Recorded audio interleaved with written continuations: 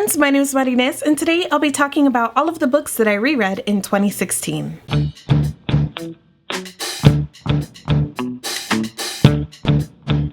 Part of my qualifications for what I think make the very best books are how rereadable they are. I think it speaks a lot to quality when you have stories that are fit to be consumed again and again. I also think that I'm this way because growing up I had a very small to non-existent personal library. I essentially became a reader by rereading a handful of books over and over again. So every year a portion of my reading is dedicated to revisiting stories, and in wrapping up 2016 I wanted to talk to you about what those stories were in the last year. First up, The Knife of Never Letting Go by Patrick Ness. This is a YA sci-fi about a boy who lives in a world, in a town where there are no women, and all of the men that live in this place can hear each other's thoughts. At the very beginning of the story, things happen to challenge the main character's worldview and what he thought or what he always accepted as the truth, and these things mean that he has to go on the run. He has to leave everything that he's always known,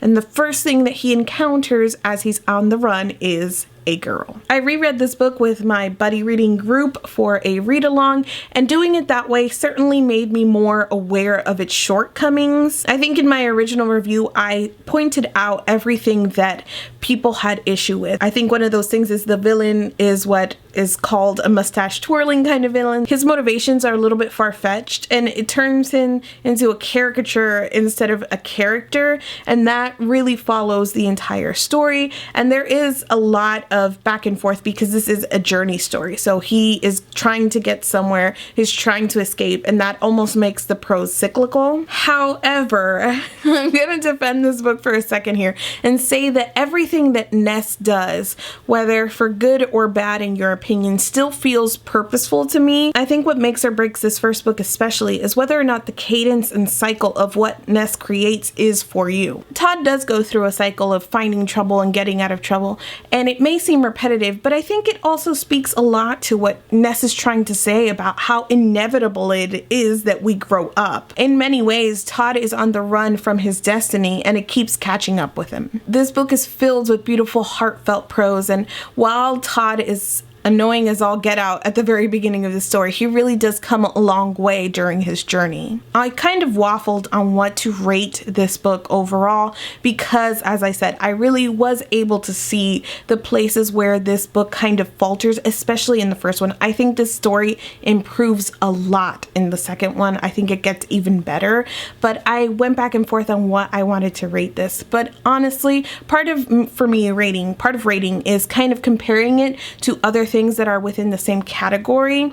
And when I compare this to other things that come out in YA fiction, I think that this is a lot better. So I'm keeping my rating at 4 of 5 stars. Next up, The Night Circus by Erin Morgenstern. And while I had a copy of this, I actually ended up giving it away to a friend, so I don't currently own one, and I'm on a book buying ban. This is an adult fantasy about two rival magicians that are locked into a long game that revolves around the creation of a circus. Here, my friends, is a book that absolutely got better for me on reread. All of my issues when I read this book the first time around came from this idea of being detached from the main characters when I read it. On reread, that feeling of detachment fully formed in my head, and I realized that it was an atmosphere thing, and the whole book really does have this misty and dreamlike atmosphere, and that at first feels like you're being held at arm's length from the characters themselves, and I felt like I didn't really learn who they were.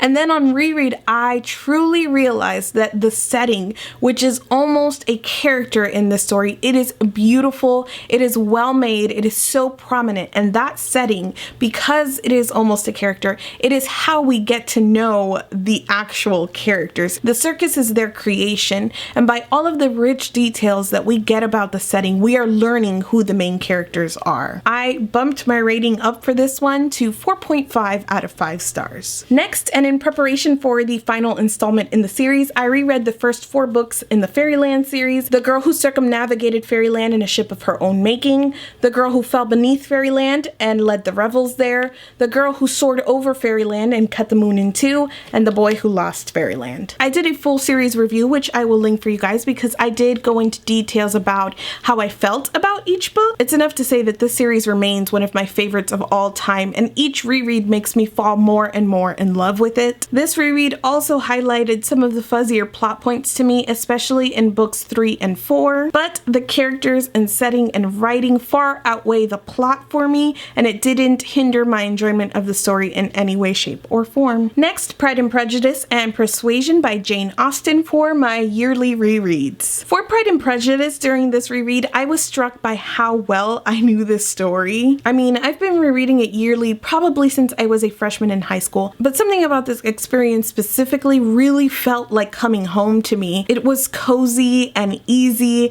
and I read the whole thing in a blink of an eye. For Persuasion, my big takeaway was how much I love Anne and Wentworth.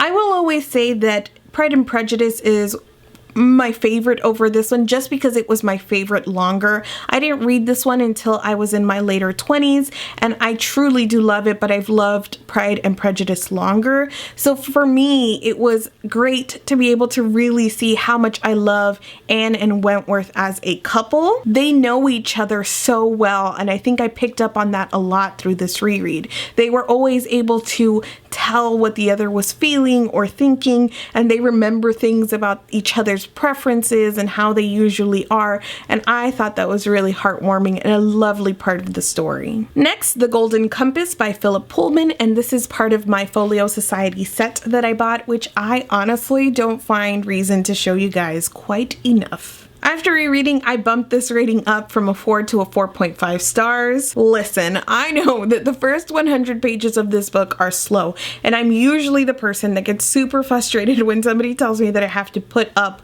with like 100 pages of something before the story takes off. However, I truly believe that the lag here comes from Pullman laying down so many threads that carry the rest of the story. It's the kind of tale that you're not sure exactly when you fall into it or fall in love with it, or fall in love with our precocious main character. That's always the feeling that I had about the story. So in this reread, I was able to really pinpoint what those moments are and how Lyra becomes this character, which at the very beginning I'm like, why should we care? You know, kind of that slow, laggy beginning, and then you really start seeing bits of her personality shining through, and her bravery, and how she just embarks on this adventure out of the sense of duty, and it's amazing. Next up is Liesl and Poe by Lauren Oliver. This is a middle grade story that reads almost like a fairy tale about a girl who is locked up in an attic by her stepmother after the death of her father. I didn't adjust my rating on this one at all because I love it, but I will say that this reread I wasn't as emotionally attached to the story as I was on first read.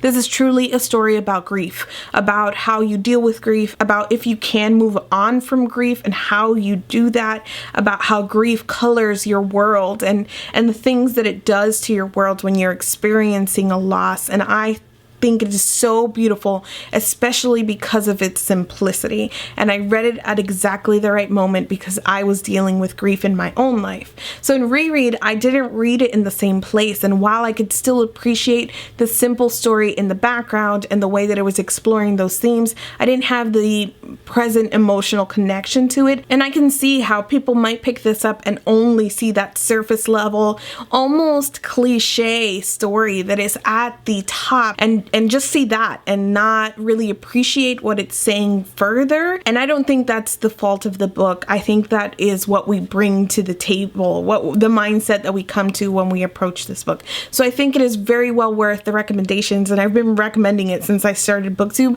and I will continue to do so because I think it is worthy. Next, The Raven Boys and the Dream Thieves by Maggie Stiefvater. I read both these books for the first time in 2016, and I reread them at the end of 2016. There was a lapse gaps between my reading of The Dream Thieves and when I picked up Blue Lily, Lily Blue, and I was just completely out of the story. I lost the thread of the story. I was out of the atmosphere, and it was really weird just kind of jumping back into it because this is so atmosphere heavy. I think these are books that certainly benefit from reading pretty closely together. So I reread for the purpose of remembering, and what I found is that these books are so much better on reread. My enjoyment of them, I can still objectively say and stand back and see what is kind of the low points for me on them. I think that Stiefvater does too much sometimes. I think she over describes things. I think that her characterizations sometimes are too ham-fisted and too much in your face, but they are things that get even more charming on reread because now you know the characters. What I'm saying is that she basically has zero chill when it comes to describing her characters,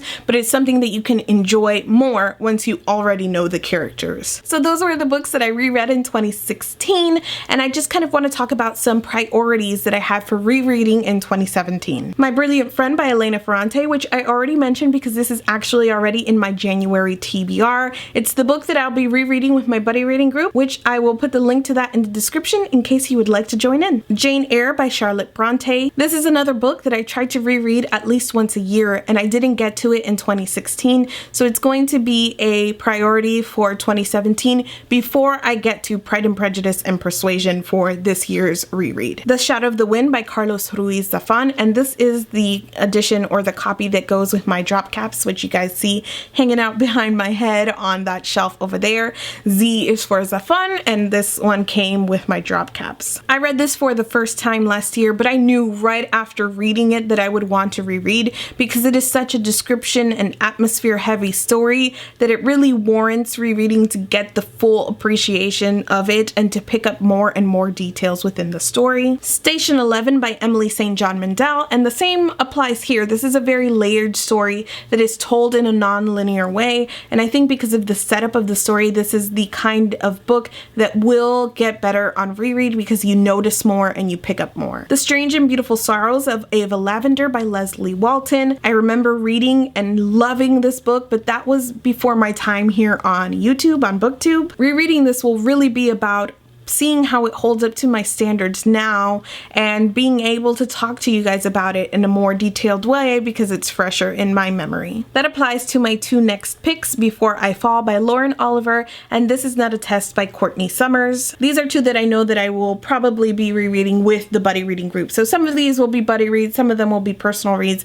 but Before I Fall will be February's pick because the movie is coming out and I want to get to it before the movie comes out. And This Is Not a Test is one that I've put on recommendation list before, but I want to reread it and I think it would lend itself well to discussion if I'm remembering correctly. Let me know down in the comments if you've read any of the books that I talked about today or if you would like to read them, and also let me know if you're a rereader. I love to revisit books so much, and I think that it is part of their charm as a medium is that we get to keep going back to them and keep consuming them, just like movies and TV. My favorite movies and TV I don't watch only once, and my favorite books I don't read only once. Thank you so much for watching this video, and I will see you guys soon. It is saying something very intentional.